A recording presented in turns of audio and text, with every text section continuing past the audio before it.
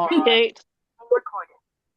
So we're all a little bit, kind of running amok because the seminar's next week. It's all very exciting. And for tonight, we're here really to see if there are any more people that have any interest. We're here to help answer some questions, give you a little experience of what the seminar might look and sound and feel like. And I am about to share screen with the magical thing that happens, which it pops me in the front right corner. So just let me know that that's all working properly. Can you Yes, see that's the working, screen? Lily. Yeah. Beautiful. So we're here tonight to kind of find out a little bit about Insight seminars, how they work, any questions that you have, anything that you'd need to know in order to decide if this is something that would be of interest to you. So the more interaction, the better. I'm just going to flick forward to the chat box as a way of getting everyone's voice in the room. Love to hear if you're new to Insight, never heard of it before, never done it, or if you're a grad. So you've been in the room, you've done an Insight seminar. Who invited you tonight? And what did they say that got your interest? That just kind of helps us see who's in the room and how they got here. And if there's one thing that you'd like to know about what Insight is or does or helps you make a decision, pop it in the chat because I'll do my best to tap dance around all of that. And the theme tonight is the theme of relationships. So last time I did one of these, the theme was about purpose. Tonight's theme is relationships. Anyone out there doesn't have a relationship? Okay, good. We're part of the human race, so we all have them.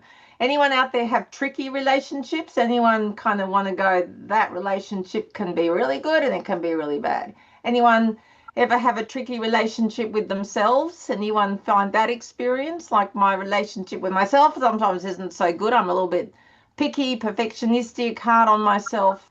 I'm a little bit lazy sometimes. I sometimes get in my own way. Anyone can own up to any of this.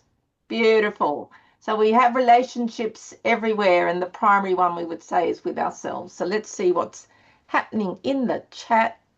Let's see what people are saying. Awesome. Thanks, Karen. A couple of friends. Rowan's a grad, keeps coming back. Good on you. Love that you keep coming back. Insight grad. Thank you, Karen.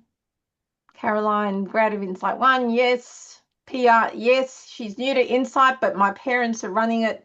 Pia, I'm going to get your mum to talk a little bit about her role with this, putting the seminar on so that anyone that's new to the group understands that part. And also to acknowledge you, Pia, because you've been supporting your mum in the backdrop so beautifully. You've been showing up to everything, tolerating all of her out of hours efforts, not making you a priority as much as she might normally. Fabulous. And Ada, thanks for coming tonight. Recommended by family. Me, the best cousin you have here. All right. So welcome all of you. In many ways, most of you are grads and some of you are firmly enrolled into the seminar because your mum and dad are running it. And then Ada, you're here with your girls as a new experience to check it out. So really feel free to have this be a conversation more so than anything else. But Rachel, I'm going to hand to you to introduce yourself, to say a little bit about why you started this whole process of putting on a Teens Insight, and then the thing that you shared with me just before we got onto the call, which I think is really lovely context. So I'm going to just Thanks, turn off Lily. screen share. So I'm Rachel, and I took it upon myself to organise the Teen Insight in Melbourne. It was a bit of an inspiration last year when Nancy decided she was going to run the Insight in New Zealand. And I'd been thinking for a while how great it would be for my kids to do Insight. And I'd even been contemplating sending them overseas to go and attend a Teen Insight. And but when Nancy reignited the Insight in New Zealand, I figured, well, hey, I could give it a go as well in Melbourne. So what happened next was lots of roadblocks. I thought it was going to be really easy. And it got to the start of this year, and I was actually ready to give up before we'd even really started. I thought this is going to be too much work. I'm not going to be able to get it over the line. Um, and I was talking with my son, Sean, and Sean said to me, Man, Mum, I can see how much you love me because of all the time and effort that you're putting into getting Insight up and running, and just for us to be able to do it. And when he said that, I was like, oh shit, now I have to do it. So that surged me along and gave me the motivation to keep going. Um, yeah, which I got a lot of value out of Insight when I did it as a teenager. I did it for the first time when I was 13, and it gave me so much value that I wanted to share that. It's one of those learnings, it's not like school. It's like the earlier that you get exposed to it, the better and the bigger the impact it has on your life. So, yeah, that was my motivation. And then let the folks know about why Pia shows up every time there's a preview. What did you ask Pia and Sean to do? Yeah, I said, can you please come along in case there are any other teenagers on the call that they can see that there's other teenagers there and they're not stuck with all these old boring adults. So it's yeah, big kudos to Pia. She's turned up to every single intro event. So well done you, Pia. Yeah, beautiful. This seminar better live up to your expectations now, Mum. There's a lot of pressure riding on this. Fabulous. So let's dive in. Many people ask this simple question of what is insight? Like for those of you that haven't done it before, the questions are really simple. What is it? What is this program that everybody keeps telling me that I should do? The first question. So Insight predominantly is an experiential seminar. And what that really means is that we come into a room and most of the time we want to give you a new experience so that there is a new understanding of something so that you then get to take away the understanding of yourself, of relationships, of what it's like to be a teenager or a person in life. So, what are the kinds of issues and things that we face in our lives? And as teens, they're different to what they are as adults, but they're kind of really real. And nobody teaches us how to do life better. So, insight really is predominantly a way of helping us as human beings figure out what it is that we can do to improve our experience in life. What is it not? Really? You're not Yes. quite sharing your Oh, am I not? you are, but it's not on slideshow mode. Goodness me. Lily. Here we go. Is it now? That's better. Okay, thank you so much. What is it not? It's not school. So if you think that it's called a seminar or a training and you think it's going to be a bunch of people at the front of the room talking about things and then you just have to sit and listen, it's not that. There's a lot of games, a lot of activities. You learn by talking to other teens. You get a little bit of input from the front of the room, but most of the time you're doing things. So we're playing games, we're moving, we're dancing, we're one-on-one talking, we're in small groups talking. There's a lot of energy in a teen insight, so I'm going to have to get my good night's sleeps before I get down there. It's not like school. In school, we are required to often sit still and listen and take notes and then be able to regurgitate what we learn. Insight is not like that. What happens there, I've done a lot of describing of that already. We do a lot of games. We do a lot of experiential things. We do a lot of talking to our peers. We raise topics that are important to us. For example, what is a topic that for most teens is a relevant topic? What do you guys think? Pop it into the chat for me. If I can find the chat now. I've lost my chat. I feel like such an old fuddy-duddy with navigating Zoom at the moment. I know that there's a button here somewhere. Whoops. No, can't. Oh, here we go. There it is. Topics that are important to teens. Confidence. Beautiful. Thank you, Pia. Confidence is a very topical thing, I think, for humans of all ages, particularly when we're in new scenarios, new situations, we're doing hard things. Confidence is something that we're all navigating. Rachel, peer pressure, absolutely. Doing things that our friends do because we are friends and there's this real pull to fit in and to belong. Art of friendships, absolutely. Friendships are the stuff of life. The quality of our friendships makes life much more enjoyable and rewarding, and friends are the people who we lean on when times get tough. So friendships are really key. Lorraine, bullying. Some kids actually suffer from being in a situation where the people around them are unkind, and sometimes those things are chronic and really difficult to deal with. How to figure out what to do in life. I was 16 when I was doing senior year, and somebody said to me, "What are you going to do at university?" And I went, "What?" I had no idea. I had no idea. So these kinds of questions reshape your entire future, and sometimes we're not really ready to or equipped to make those decisions.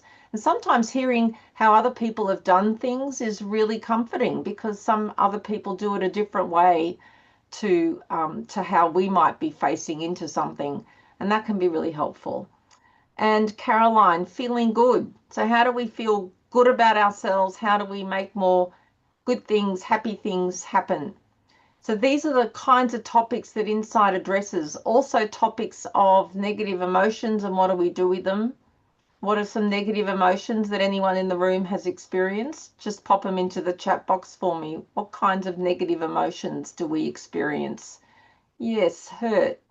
So when things happen that hurt us, anger, absolutely, sadness, frustration, fear. Beautiful. All human beings feel all of these emotions. Thank you, Carsten. Guilt is another one. We can often feel guilty, but we can also be made to feel guilty. Anyone ever made you feel guilty about something? They deliberately set out to kind of make you do something. Sadness, aloneness, betrayal, shame, all of these things are emotions that we all humans deal with, but we're not, as teenagers, invited to have these conversations. We don't go to school. Our teacher doesn't stand in front of the class and say, "Okay, kids, today we're going to talk about feeling sad and lonely. So let's have a conversation about that." These are topics that we tend to avoid. But in Insight, we make all of them welcome, because these are part of being human in life. So this is the kinds of stuff that we do there. So I'm going to pick the relationship topic tonight is the theme that we're going to play with, and I'm going to introduce you to that theme in just a moment. But I just want to quickly bring John Rogers' mission. John Roger was the founder of Insight. He's the guy that created the seminar that a lot of the teachings of Insight are based on. And he had this purpose for Insight's education. He kind of said that the real game in life is the loving game. It's how do we get more loving with ourselves and with people around us, because our belief and foundation is that the more we are in loving, the easier life gets. And sometimes life doesn't lend itself to us feeling more loving or being more loving. In fact, all of these negative emotions get in the way of that. So Insight says, let's find how do we get to more loving. So anyone disagree with that? Anyone not want more loving in their life? Any more joy, happiness, freedom, confidence? Anyone not want that? Anyone just checking, just in case anyone doesn't want that? All right. So the theme of the topic on relationships tonight, I've picked the theme of parents and teens. So who's up for this conversation? Who's ready? Woohoo! Because this is one of the most important relationships in people's lives. Every child has a parent, no matter how old the child is, and every parent has a child with with whom they have a relationship that either works or doesn't. So I found two little quotes that I kind of liked. This is from the child's perspective. Parents, the only people who can say, because I said so, and call it a conversation. Anyone have a parent that's done that to them? Anyone had a parent that go, because I said so, just do it. Beautiful. Anyone been a parent that's done that to a child, who's kind of reached the end of their tether and gone, because I said so, just do it. All right, just checking to see that we have real humans in the room. And then just not to leave the teens out. From the parents' perspective, this is a nice little quote I found. Rachel and I voted for this one. Our job is to keep you alive, and your job is to act like that's really unreasonable. Seriously, kids, we're just trying to keep you alive and set you up for life. And sometimes you act as though that's a really unreasonable request of parents. So parents-children relationship is one of the ones that's the kind of key for most people in life, but often the most problematic. So we're going to explore that relationship in tonight's session just to give us a little tiny taste tester of experiencing what it's like in the seminar. It's a little input from me. So up until now, it's been more setting up what the event is about. The little setup about parents and teens relationship is the kind of stuff that might happen in the Insight seminar. And then the next thing that happens is we do a little bit of an input. So I'm going to share my screen again, and I need to share sound as well this time. So just sharing sound, and I am going to go content only, screen one, and share. So what I hope you all can see is a blank screen. Is that true? Like a black screen? All right. And I'm going to hit play, and if for some reason there's no sound, let me know immediately because I have to fix my technical skills. It's just, there's all this pressure, you know?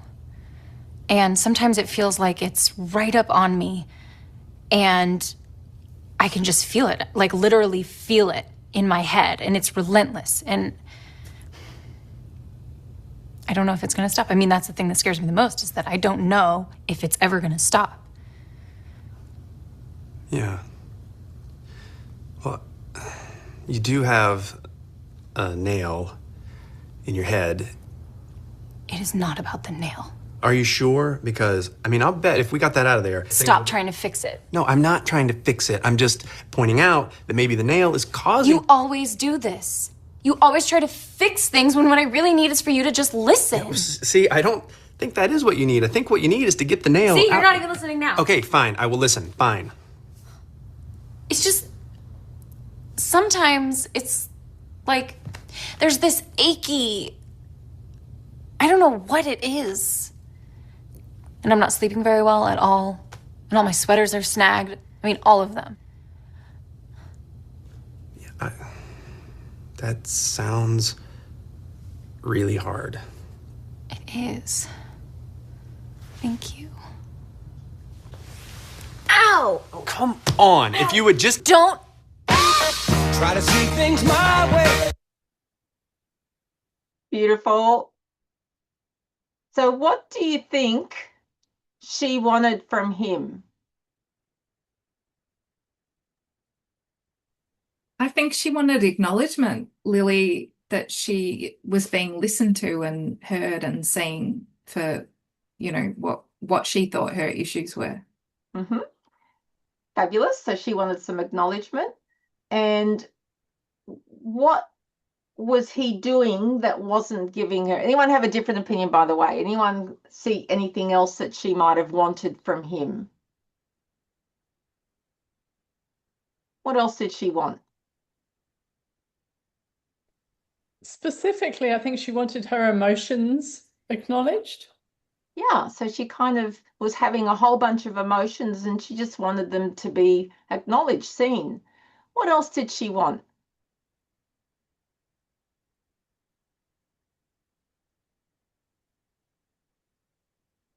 Anyone? No wrong answers here. Put yourself in her shoes. What do you think she wanted? She also wanted to get rid of that pain, didn't she? Well, did she though? I think she didn't want to be fixed. She just wanted to be heard, not realizing that there could be a good solution that actually he could see, but she Mm. wasn't. She didn't. She Yeah. I don't think she wanted to be fixed. I think she wanted to And be heard. what might she have done if she wanted to be fixed, Karen? What do you think? I think from that little clip that we saw, she didn't believe that there was a solution, is Right. what I saw. Yeah. So what would she have done differently if she had really wanted him to solve her problem? She would have acknowledged his comments about, I think there's something stuck in your head. Right. But before she acknowledged his comments, what could she have done that would have let him know that she was ready for his input? What would she have done or said? You could have asked and She said, could have, yeah, yeah, do you have any ideas? Do you think you beautiful. might know what might be going on? Can you help me? Yeah. So she might have said, I actually want your ideas, but did she say that? No. Exactly the opposite. Exactly the opposite. How do you think that made him feel? Powerless. Why the hell are you talking to me? So a bit frustrated, a bit impatient. Funny. It's so funny. It's so interesting because it definitely reminds me of my relationship with my husband, that sometimes I'm like, I just want to be heard. And he's like, but there is something we can do. And I'm like, no. And Right. actually, nearly always he's right. It's like, actually, there's a simple fix. I'm like, I hadn't thought of that. So It's what are actually quite you useful. needing before you want the fix, Karen? To be reassured that to be heard, and to be reassured that there is usually a very simple, practical solution. Oh, well, you don't want that yet in the beginning. So In this the is what beginning. makes relationships very tricky. Now, I didn't have enough time to find a parent-teen one, but from a teen's perspective, do you ever feel like your parents just give you barking instructions about what you're to do next, what the next action is, True. Good point. what the thing that you should be doing? Any teenagers out there ever feel like all you are is a delivery mechanism for your parents' orders? Anyone ever feel like that? Beautiful. Good on your teens. Good courage there. I'm liking that. And parents, do you ever feel frustrated because all you want to do is just tell them what the quick, easy fix is? Yeah. There's a solution here. Just do this and then your life will be better. Trust me. I am 3 times your age. I've been there. I know what the solution is. And in the meantime, I've got dinner to prepare and groceries to buy and washing to fold and blah, blah, blah, blah. The list goes on. So whether this is I didn't find a teens parent one, but this dynamic in relationships of sometimes people just want somebody to pay attention, just to listen. And when we're listened to, how does that make us feel? Like we're worthy. Validated. Mm. Validated, like we're worthy, like we deserve the time. You know, in today's world, people are time poor, especially parents when they have 4 children. Parents with 4 children are very brave parents. There's a lot going on in there. So, Yeah, isn't one of the complexities in the little example you showed, though, that the bloke gets his acknowledgement from fixing things. So she's beautiful. denying him his validation at the same time as she's trying to get hers. So Yeah, so he gets his reward and acknowledgement by giving her a solution. And she doesn't want a solution yet. When she wants a solution, she'll ask for one. But in the meantime, she's wanting something else, which is something a lot simpler, but sometimes harder to give, which is attention. And so these are the loops that humans get ourselves caught up in. We don't quite know what we need, but we know when we're not getting it. So we're going to do a little bit of a play around with this parent-child interactive dynamic. We're just going to play with some fun questions, I hope. All right, so now we have a representation of both parents and kids in the room. So I want to hear from both voices, and I'd prefer that you unmute yourself and offer something in, and that we have a bit of fun with this. So this is a bit lighthearted. This is not meant to be hard or tricky or really difficult. But and I've got both here, but what do parents do that really annoys me? And if I'm a teen, then that's parents doing that annoys me. And from a parent's perspective, what do kids do that really annoys me? Now, when I say be specific, I want to hear behaviors. So, they don't clean up their room, or they nag me to go to bed 500 times, and often we exaggerate, but be a bit specific. So anyone want to kick off? What do parents or kids do that really annoys me? Anyone? I can kick off. The kids spit toothpaste all over the bowl in the bathroom, and then they don't clean it up afterwards. Right. Beautiful. So they leave messes and they don't clean it up, and very specifically toothpaste on the sink. What else? They don't hang up the bath mat after they've had a shower. Oh my God, they don't hang up, and that thing gets wet and Wet and smelly and soggy moldy and and soggy. moldy, yeah. And if you go straight after them, then you're standing on a wet mat there. What else? Don't get off the phone when they're asked to. Oh dear, yeah, because there's something else coming that they need to be attentive to. So just don't get off the phone. And how long have they been on the phone, Caroline? Well, this is kind of a scenario because I don't have children. Oh, okay, all right. So, all right, has Yeah, somebody for a ever long told time. you? Long I time, worked it's a long time. Beautiful. What else? They Let's hear don't from. empty the dishwasher. They don't what? Empty the dishwasher. Oh, they don't. And have they been asked to? Well, I've got one son that will gladly do it, and one son who bangs, crashes, and wallops. Okay, so they okay. do it, but they do it begrudgingly. They do Very it with a begrudging, yeah. bunch of attitude. Oh my goodness. Absolutely. Yeah, and I'm like, kiddo, come on. It's not a lot you asked to do. Ada?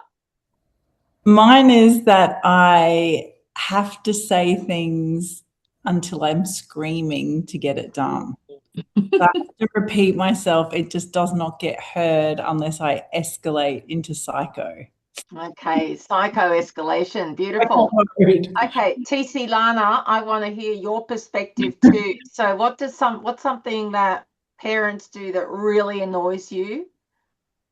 My mom bosses me around a lot, and tells me to do stuff at the same time when I'm already doing one thing. I'm doing laundry and she tells me to unpack the dishwasher at the same time. So she gives you multiple instructions all at once without waiting for you to finish. Beautiful. Lana, what's she tell you? What annoys you? It's just never happy. It's always another chore I have to do. If the whole house is clean, she always finds something more for us to do, I feel. It's like having a personal slave set. Children are personal slave set to mum, right? This is what's really annoying. Fabulous. What else? Pia, you throw in. You just give your mum a bit of sauce now. Maybe repeatedly telling me to do something which unmotivates me instead of getting me to do it. Right, letting you choose your own time. The more she tells you to do it, the less you want to do it. It's really annoying, isn't it? It's like she's thinking, she doesn't listen. She thinks I don't listen to her. I've heard her, but the more she tells me, the less I want to do it. Beautiful. All right, so we've got some nice little examples. When do they do this? So what's happening? So what is it that when they do this, what am I doing? What's the scenario? How is it inconvenient for me that they're doing this to me right now? So for example, TC, you said she'll give me another chore. I'm already doing the last chore that she's given me, and I'm still not finished, and she's not even noticing that I've got a chore in action before she tells me. Beautiful. So what else? When do they do this? like all the time. Like I'm doing homework sometimes and she tells me to do things. Oh, Mum, you've been given a double serve today. So And they've got the same complaint. When does it happen to you, Milana? Same thing. when I'm busy doing something else. Yeah. Parents, when do they do this to you? Like what's the scenario when you are nagging them or telling them, or they're not cleaning the dishwasher out or not getting off the phone? What's happening? When do they do this? For us, it seems to be whenever we need to go somewhere. So we need to get in the car in 5 minutes, but they've not done nothing all morning, and then I need things packed away so I can go off and come back to something that's, you know, a little bit tidy. And, yes. Yeah, beautiful. So it always seems to be at the crucial moment that everything's left to the last minute. Fabulous. So there's some sense of pressure or urgency. Yes. From your perspective, but also from theirs. So homework is also a pressure or urgency from their perspective. So we kind of have 2 points of view. Anything else popping up for anyone else? Yeah, well, mine's similar. It's a pressure point. So we're about to have people come over, and that's when I'll be asking, can you clean the bathroom? Because people are coming over. There's spattered toothpaste all over the sink, and they're going to be using the bathroom.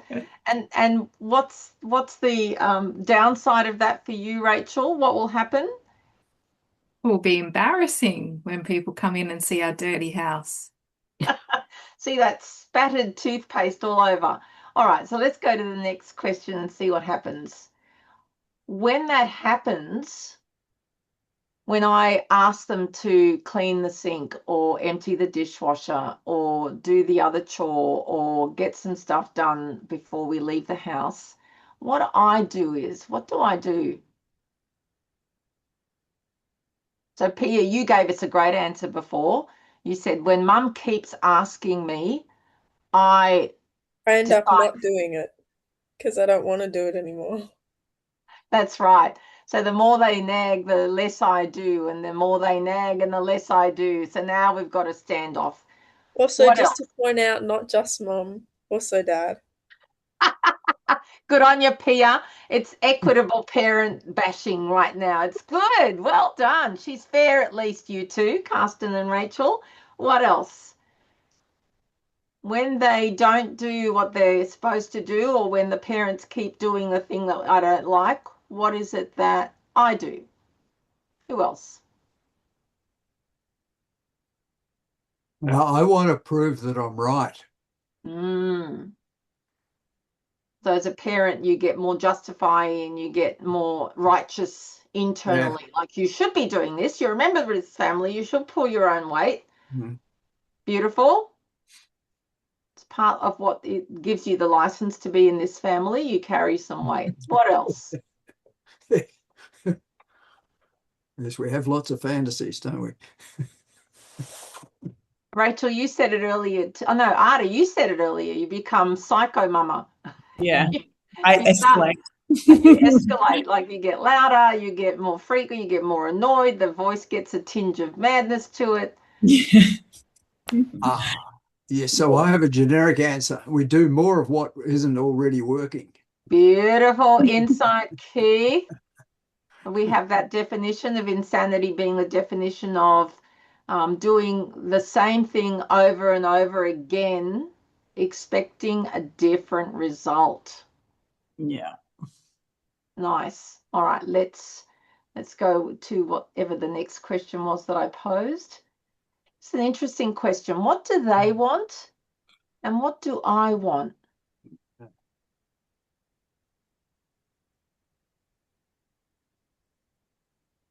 What do they want? So if you're a kid, what's the parents want and what do I want? And from the parents' point of view, what do they want? Go, TC.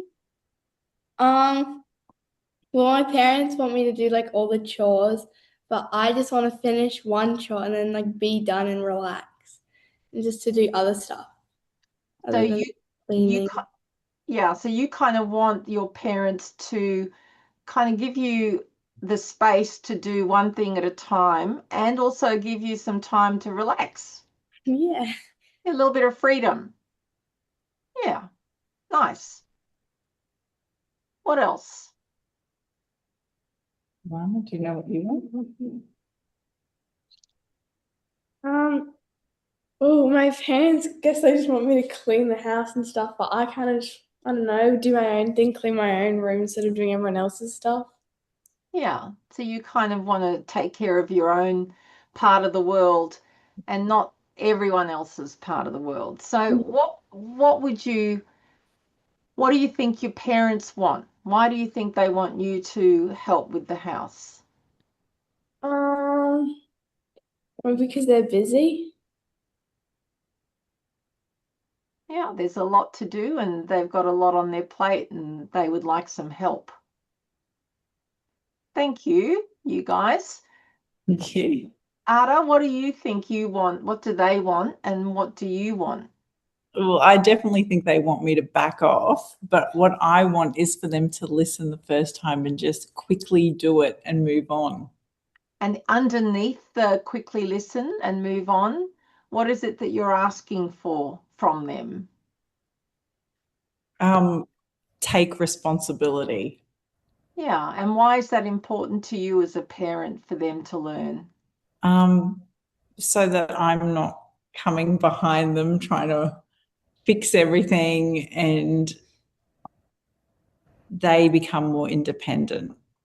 Yeah, that's a fabulous intention. So just girls, quickly, do you hear your mum saying that she wants you to be more independent? Yeah. Yeah. Do you think that's a good thing to have in life? A bit more independence? Yeah. Yeah. Yeah. What else? Other parents in the room, what do you think they want and what do you want? My observation is that the teenagers do want to help, but they want to do it in their own time when they feel like it, when they're motivated, and not when someone's telling them to do it. And what I want is teamwork so that everyone who's creating the mess is also cleaning up the mess. It's not all just left to a couple of people. And I think it's the timing of it that becomes the issue rather than the actual doing of it.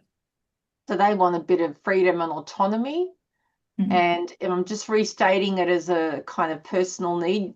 They want some freedom and autonomy, and you want some help. Yep. Yeah. So I'm just pausing here for a moment. Can you kind of start to get the idea that relationships are very tricky things? We do behaviors on the outside.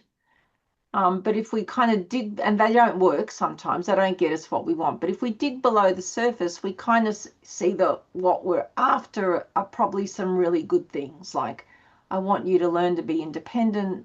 I want a bit of freedom. I want a bit of autonomy. I want some help.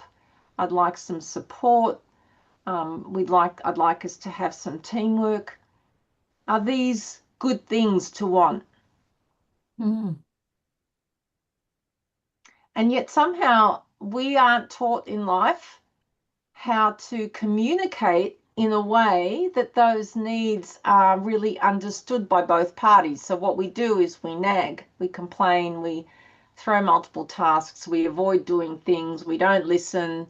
All of these things are the way that relationships can go astray. All right, what's my last question?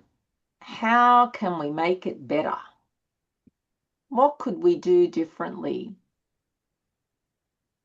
And these are tiny little actions, tiny, tiny, tiny little actions to make something that's kind of part of everyday life. By the way, who loves cleaning sinks and emptying dishwashers and doing chores or homework? Anyone out there love that stuff? Anyone love it? Not me. Not me. So none of us like these things. So how do we make it better? Any ideas? Anyone out there?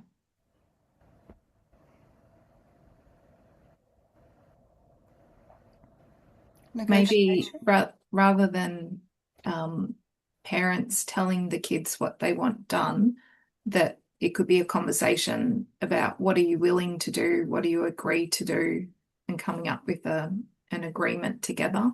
Beautiful. So asking a question, what are you willing to do? What can you do and by when? So asking a question rather than telling. What else? What else could we do? Having a reward. Getting a reward. Love rewards. So Yeah. kind of tying the tasks to something that's really exciting or positive. Sometimes I have to give myself rewards and I'm the one that gives myself the chore. I have to give myself a prize that I'm going to get at the end of it. Beautiful. So setting up some rewards might help. What else?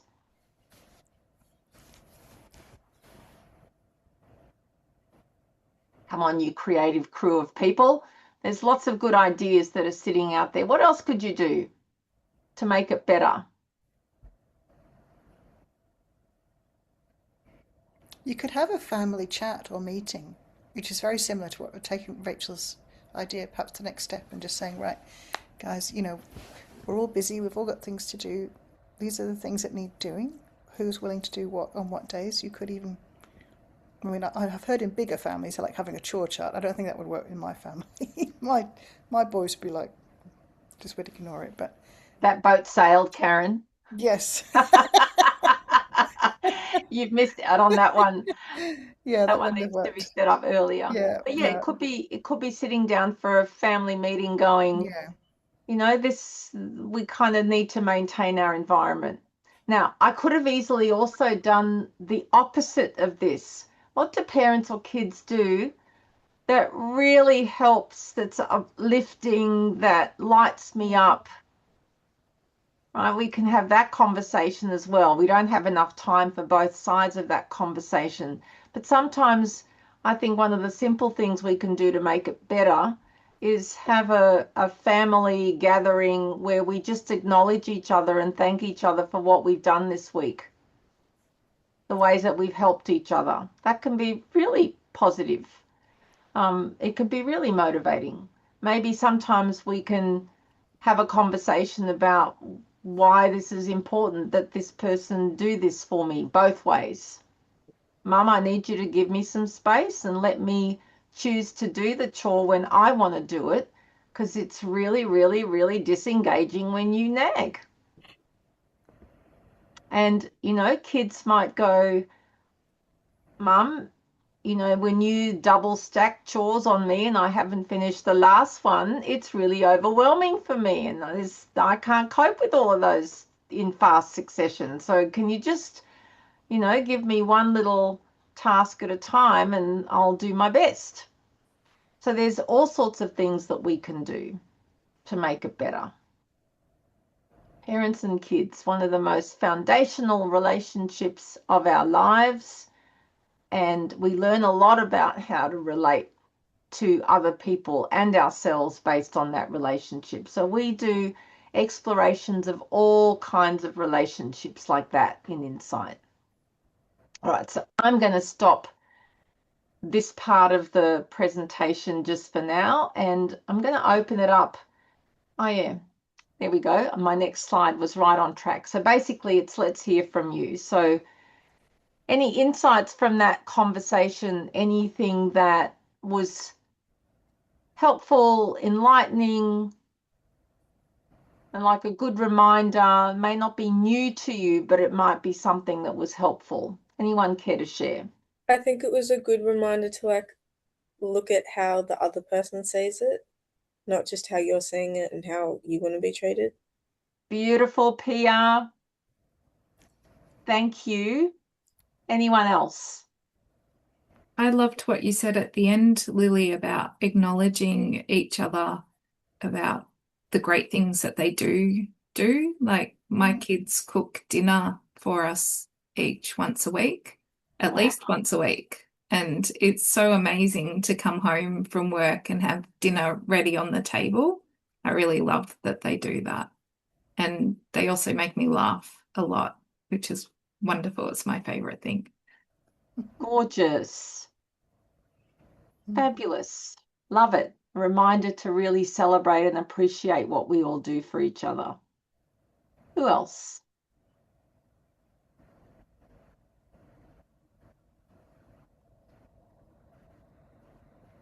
And it was mentioned earlier, rewards. Some little rewards. I love the concept of micro rewards. Yes, Keith, you've earned lots of micro rewards. Maybe too old for some people in the room, but the song from Mary Poppins always jumps into my head. Just a spoonful of sugar helps the medicine go down. Yep, so my reward for a day at work is walking my pooch, George. Anyone else care to share something that you've learned from that or were reminded about or a useful takeout? Well, I just thought my girls were being naughty. I didn't realize I was overwhelming them with instructions. So that beautiful. I'll have to break it down further in the future. Beautiful, Ada. That's a little bit of empathy for their experience. Yes. Nice. I think also as parents, sometimes we forget, how can I say this? Like little jobs that we normally do that take us much less time. Our kids are still learning and they've got so much else to juggle that it's easy to forget to allow them some extra time to do a job that might take us a short time, might take them a bit longer, maybe. Perhaps. Nice, Karen. So just a reminder of how much there is to learn in life, and those of us that have learned it may have forgotten that learning pathway. Yeah. Anyone else? I'm reminded of how we all like to do things at the time we want to do them. And I can remember that from being a child and being a teenager. And when I had my own kids, my own teenagers. So I'm hearing that again from both sides. Like, let us be autonomous. Let us choose the time to do things. It makes us feel what? What do you think it gives us when we can be in charge of our own time, Lorraine?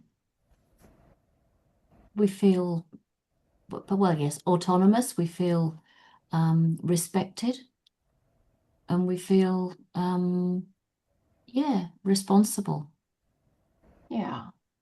But it's always been my experience that the parent always wants something done now, and the younger person tends to want to do it when they want to do it. But I'm interested because even now as an adult, if you said to me, Lorraine, go out into the garden tomorrow and spend 4 hours gardening, if I didn't feel like it, that would be a real chore. And yet, if I do it on a morning where the sun's shining and it's beautiful, and I go outside and I just start doing a little bit, I suddenly find 3 hours have gone by doing things when I want to do them. Yeah, when I feel like doing them. So it gives you energy and enthusiasm to be able to choose the timing in a way that fits with you. Yeah, beautiful awareness. That's a powerful awareness, even when you talk to yourself. So if I took that out of the parent-child relationship and go, anyone in the room here, put demands on yourself to do things now because you have this pusher in you to make it happen now. But if we really stop and go, does it really need to be done now? When would be a good time for me to do it? How do I do it in a way that flows with my inner energy? So asking questions, when would work for you? When do you need it done by? These are negotiation questions that we learn to do in the workforce because we kind of have to. We can't sometimes boss our peers and our colleagues and our workmates and our clients around, and yet somehow being a parent can give us a sense of permission to treat our kids in the same way. And maybe if we just shifted it up a little bit, maybe something different could occur, because we want them to be independent, and yet we don't treat them with that level of independence. So I want you to just reflect on what you've learned out of that. You don't have to necessarily tell me in the public space, but if you were then to describe to me what that experience was like. So what I did was show you a quick video. I invited you to respond to a few questions, and then we had a little bit of conversation about what showed up. So how was that experience for you? What was good about that? I feel like I learned a lot without realizing I was learning, and it was just a fun, interesting conversation that made me reflect on how I'm being, which, yeah, it didn't seem like a chore. It seemed kind of effortless and interesting to hear everyone else's perspectives as well. Nice. Thank you. And it opened up some possibilities of maybe there's an easier way to do some things. You know, the resistance may not be necessary. Rather than resistance is futile, resistance may not be required. Nice, Keith. Thank you. It's good to know that other families have similar issues. It might It's very not be comforting. not exactly the same, but we all have, you know, who does all these things? Who's, you know, all that. We're not the only ones. Yeah, it is comforting, isn't it? That's one of the experiences that I took out of Insight, was the comfort of kind of going, oh, I'm not the only crazy person in the world. There's other people that have these experiences. Yeah, very relieving. Who else? What was good about that? Well, I thought it was like a surprising level of interaction. It's our first time coming to one of these, but it's very interactive. I didn't realize what the format would be. So I think it's interactive and engaging, and definitely I learned something. Beautiful, Ada. Thank you. And whilst you've got your mic off, and without putting pressure on you girls, is there either of you want to share how that was for you? It was good. It taught me a few things, like how I can be better and like cooperate with my parents. Fabulous. Thank you, Lana. TC? It taught me how my mom sees things and how what her opinion on things are, like how we don't do chores and stuff. So you got a bit of empathy for mum. You're a very empathetic little being, you are.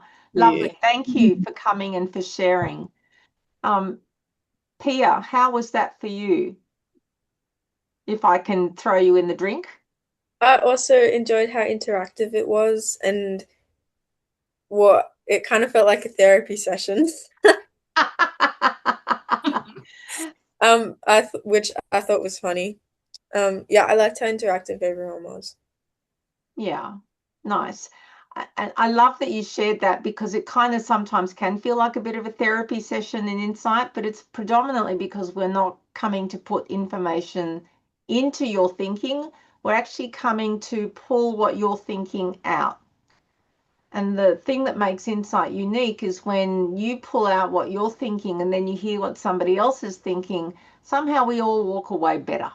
We all walk away with something that we didn't expect, a little gem, a little tidbit that kind of broadens our view of the world and ourselves. And with the idea of transforming ourselves into loving, this idea that we can have more joy, more fun, more happiness, more of the things that are really good in life. So that's my little offer for you all. I'm going to just do one last share screen just to let you know how to take any next steps that you might have interest in. So the seminar is next week, on the 9th to the 12th. Can't wait to be there. I'm showing up. I'm one of the co-facilitators with David. this is the QR code if you want to just grab the registration page. Rachel's in the room, so she's available too to answer any questions or to be talked to afterwards. And You're not sharing the screen, Lily. am I still not sharing? My goodness. Well, what on earth have I done? It's very weird how it does that to me. Right, let's try again. That one. Can you see it now?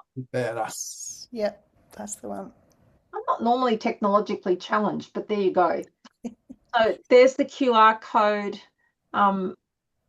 Really, Ada, you're the new person in tonight's room. Is there anything that you would have as a question to Rachel or myself or any of the other grads about the seminar or the girls?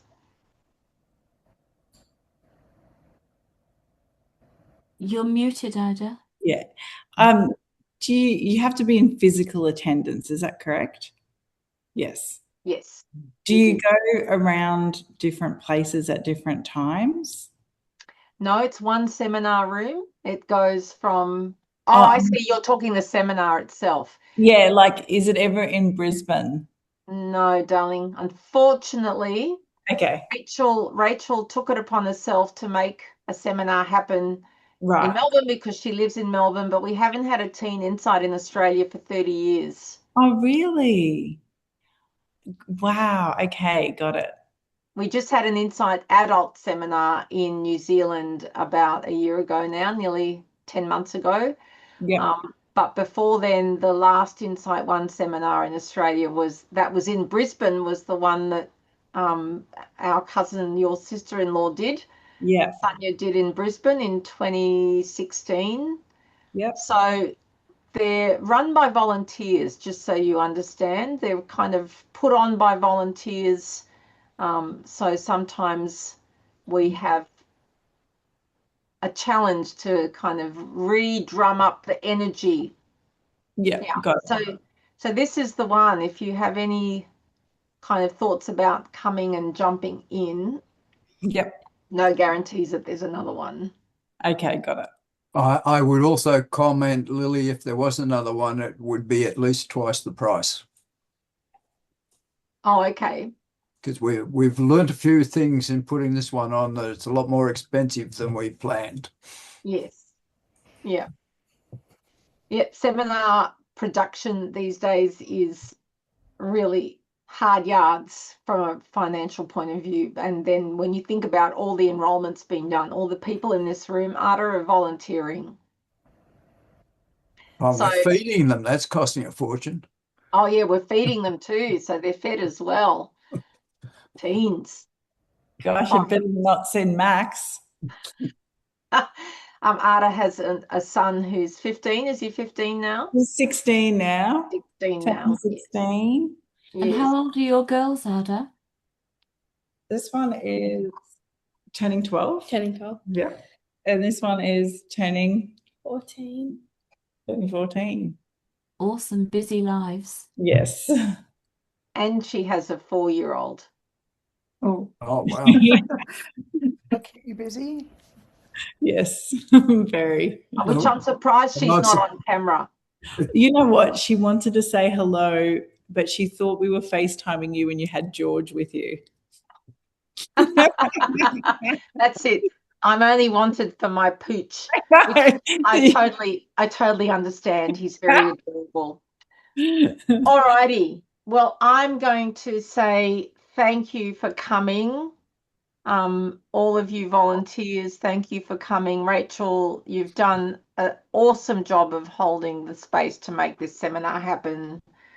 We're nearly there. There's still a few people maybe in the pipeline. So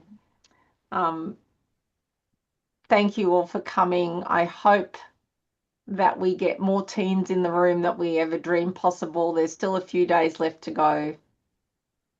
Any last words from you, Rachel? Just if anyone has any questions, then they can write to admin at Insight Seminars. I've put it in the chat, the address. If you have any questions, you know, everyone's here to support and help people getting there as best they can. So we like to break down the barriers. If there's anything stopping anyone, then we like to find a solution. Yeah. So there are some scholarships if anyone needs that. I've found another teen in the last 2 days that I've been talking to about the seminar who will need a scholarship. So what I love about the Insight community is they're very supportive. It's a very, very generous community. So, all right, on that note, thank you all for coming. Thank you, Lily. Thanks, Lily. Thank you, Lily. Bye, thank you. Thank you, Lily. See ya. The learning never Next stops. week. Thank you, Lily. Learning never does. See you next week. For Thanks, those